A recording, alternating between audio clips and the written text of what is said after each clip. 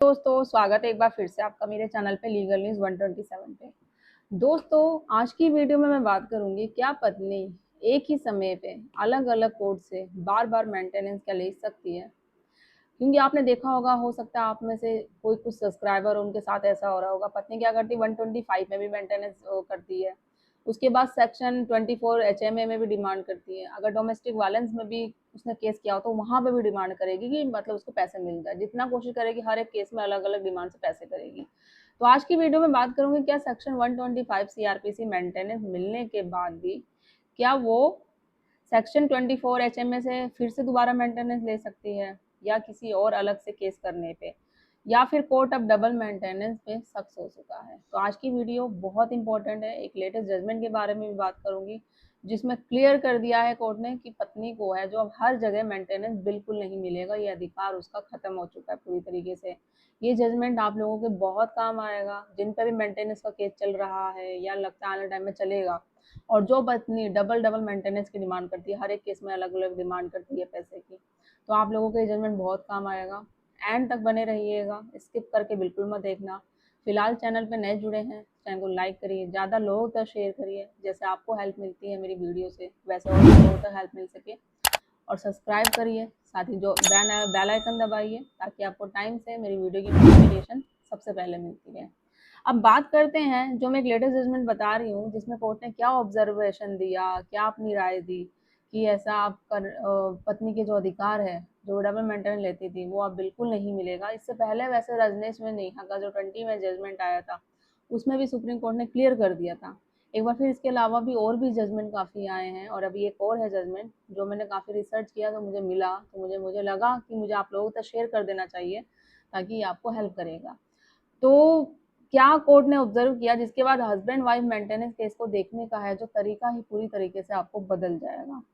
तो उस वीडियो में हम क्या जानेंगे, 125 CRPC क्या है, 24 HMA क्या है, और सुप्रीम कोर्ट ने रजनीश वंश नेहा के केस में क्या कहा और जो लेटेस्ट जजमेंट का उसमें डिटेल्स में क्या कहा।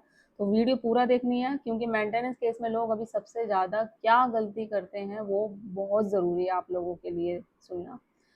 तो सबसे पहले समझते हैं कि ये दोनों लॉ जो आखिर है क्या, सेक्शन 125 और HMA 24, जिन्हें नहीं पता है, जो फर्स्ट टाइम विजिट हो रहे हैं या जिन पे अभी अभी पत्नी ने या घर की बहू ने उसमें केस कर दिया मेंटेनेंस का या कोई भी घरेलू हिंसा का केस, तो नॉलेज आपको होनी चाहिए। जब तक नॉलेज आपको कानून की होगी नहीं, पूरी जानकारी होगी नहीं, तो उस केस से कैसे आप फाइट कर पाएंगे, इस सिचुएशन से कैसे बाहर निकल पाएंगे, तो समझना बहुत ज़रूरी है।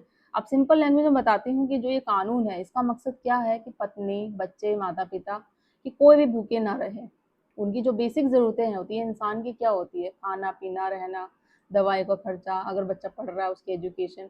तो ये इसलिए कानून बनाया गया था और ये कानून हर एक उस इंसान के लिए है जो अपनी बेसिक नीड्स को, ज़रूरतों को पूरा नहीं कर पाता है।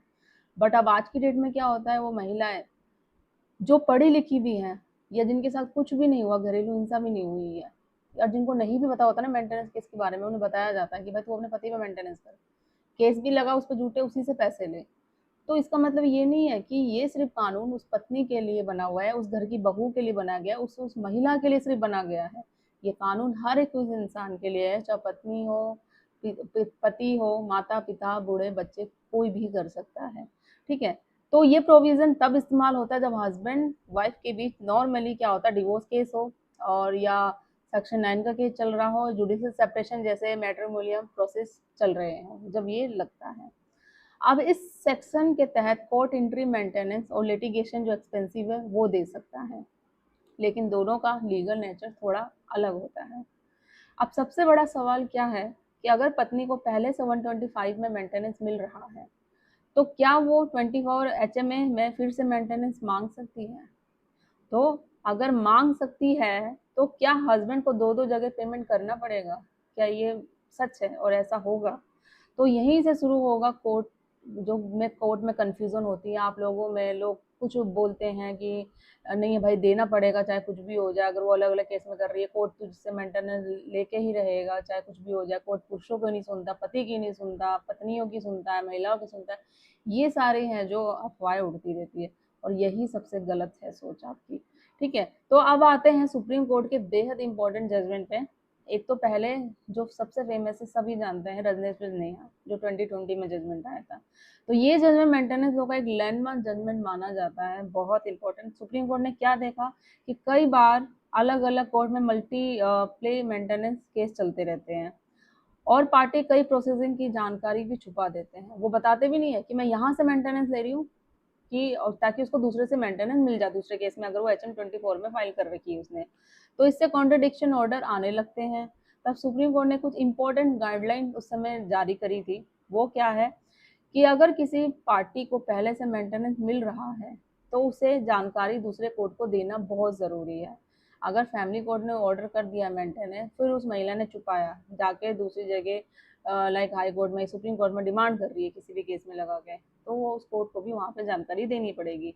तो मल्टीप्ले मेंटेनेंस प्रोसेसिंग हो सकती है, लेकिन ओवरलैपिंग मेंटेनेंस अवॉइड होना चाहिए।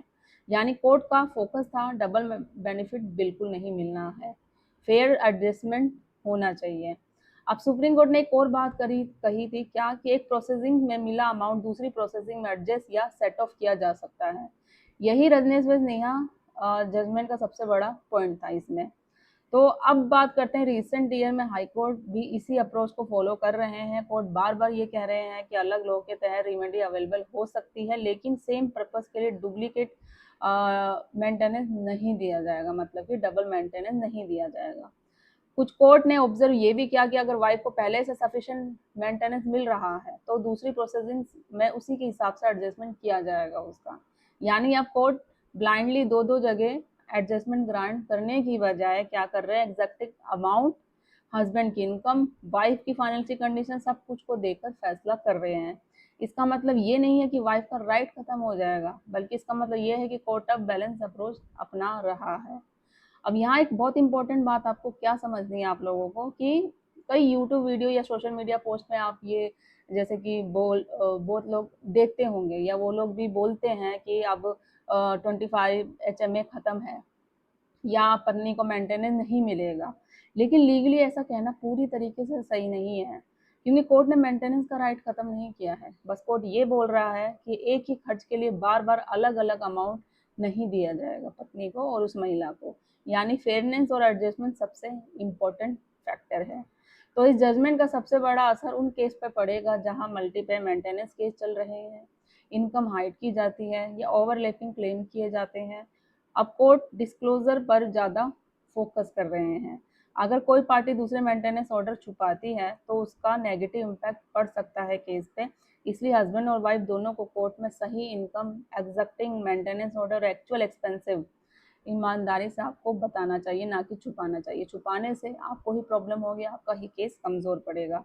तो दोस्तों, इस पूरे जजमेंट का सिंपल मतलब यही है कि वाइफ मेंटेनेंस मांग सकती है, अलग प्रोविज़न अवेलेबल है, लेकिन डबल रिकवरी या अनफेयर एडजस्टमेंट बिल्कुल नहीं मिलेगा। तो रजनीश नेहा जजमेंट और रिसर्च जो कोर्ट का जजमेंट है उसका नाम है अमित कुमार वेस सुमन बेनियाल। ये पंजाब हरियाणा कोर्ट का जजमेंट है, ये 2024 का था, पर दोनों ही बहुत इंपॉर्टेंट है। इसमें भी पंजाब हरियाणा कोर्ट में जजमेंट में कहा कि अगर वाइफ को ऑलरेडी एक प्रोसेसिंग में सफिशिएंट मेंटेनेंस मिल रहा है तो दूसरी प्रोसेसिंग में अमाउंट एडजस्ट सेट ऑफ किया जा सकता है। ठीक है, तो नेहा जो रजनीश वेस का नेहा का जजमेंट है या अमित कुमार इसका, आप दोनों ही जजमेंट अपने केस में लगा सकते हो अगर आपके साथ भी सेम सिचुएशन हो रही है, और तो बहुत बेनिफिट मिलेगा आपको। आप कमेंट में मुझे ये करके बताइएगा कि रजनीश नेहा और जो ये मैंने दूसरा जजमेंट का नाम बताया है आपको, तो ट्रांसपेरेंट और बैलेंस बनाने की कोशिश की जिसमें कि हाई कोर्ट ने, तो क्या कोर्ट का ये अप्रोच सही है या नहीं? तो कमेंट में करके अपनी राय ज़रूर मुझे बताइएगा और ज़्यादा लोगों को शेयर कर दीजिए। मिलती हूँ मैं अपनी अगली वीडियो में, तब तक के लिए थैंक यू।